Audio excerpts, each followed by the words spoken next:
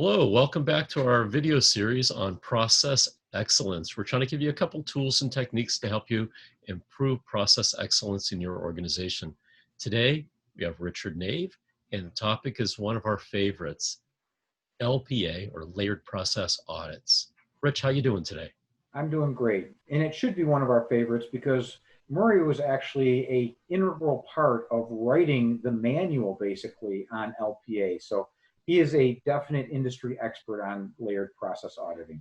Well, I appreciate the flattery, but let me tell you why I really took to layered process audits. We're largely process oriented, engineering oriented, numbers and tools and methods. But when we learned about layered process audits and really saw what it was about, it really was the other half of the equation, right? That there's people involved. And when you have people, how do you know that people are following it? So, Rich, let me throw it back to you. What does layered process audit mean to you?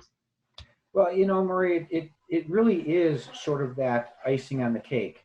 My career was spent in product development and manufacturing management, but oftentimes we would put together the best process or the best manufacturing system only to find out that a month or 3 months or a year later, people weren't doing what we expected.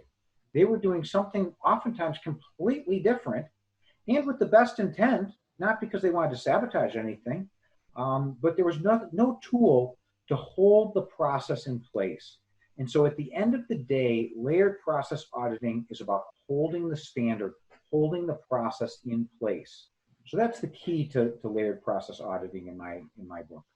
So help us understand a little bit about the difference. I mean, our team works with a lot of companies, all different sizes, and there's ISO audits, there's DOC audits, there's environmental audits. Is this one more audit, or what really differentiates it? Well, there's a couple things that differentiate this. First off, let's sort of look at the words. You mentioned lots of audits, so that's the A in the audits, and there are lots of audits.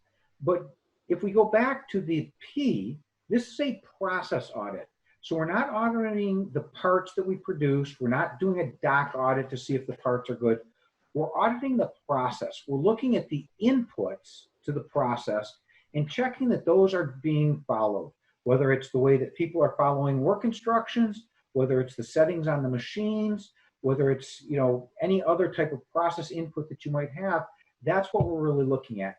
And then the last part of it, since I somehow went in reverse order, I'm not sure why I did that, certainly wasn't in the notes, is the layered part of it.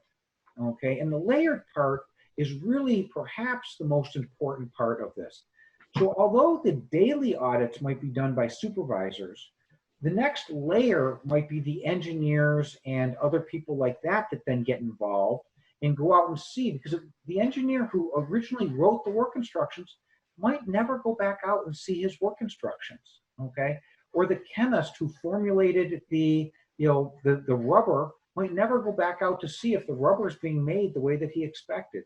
And then the last level is senior management. And we ask the most senior management at the facility to go and actually do audits. So now we have the most senior people going out there saying, I care. I'm here to see if you're following the process because it's that important to us. And so we get the highest levels in a facility involved in this, and we get them out of their office, out from behind their desk, out on the floor, interacting with the operators. And whenever that happens, good things occur. People learn about each other, trust is built, the culture of the company is improved. That's awesome. Great. So it's about accountability, that we're going to verify a process because sometimes things go wrong. We don't expect to find problems, but we want to make sure we don't. And we want to So, go one step further, Murray. yeah. We want to even congratulate the people who are doing it the right way. Joe, we really appreciate that you're taking the time to use the correct tool to fasten that bolt. Okay. That's important too. It's not just a negative. Okay. It's a positive too. It's an opportunity to recognize people. Great, very good. So for a company that wants to implement this layered process audits, what are the main components? Well, really, they're looking at 4 areas. They're looking at the questions that they will ask, the schedule that will include those layers that we talked about, how they're going to mitigate any of the findings that do come up, because you will hopefully find things that have changed and how you will fix those. And then lastly, the reporting. How will you keep track of what's going on, what was found, what was fixed, all those types of things. And so those are the 4 key areas of LPA. So if you had to pick one of those areas that are most problematic, why do companies implement layered audits and say they're not getting value? Why do layered process audits sometimes fail? Well, really, I think that it's that third step, that mitigation step.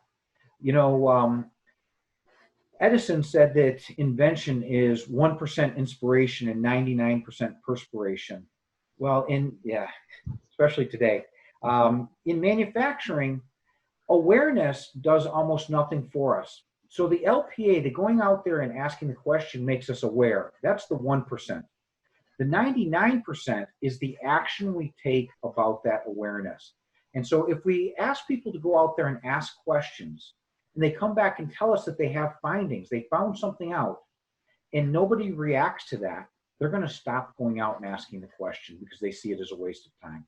So it's really important that we mitigate the problems that are found, and we publicize the mitigations that were put in place so people know that the problems are taken seriously.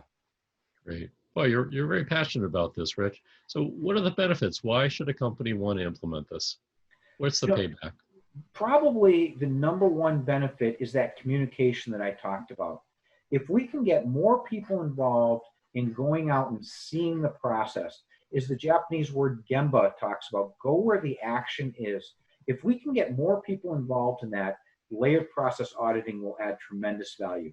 In addition, obviously, it's very important that we know that our processes are being followed. And this is the best tool that the Luminous Group has ever found to ensure over the long term processes are maintained and standards are adhered to. Proactive or reactive?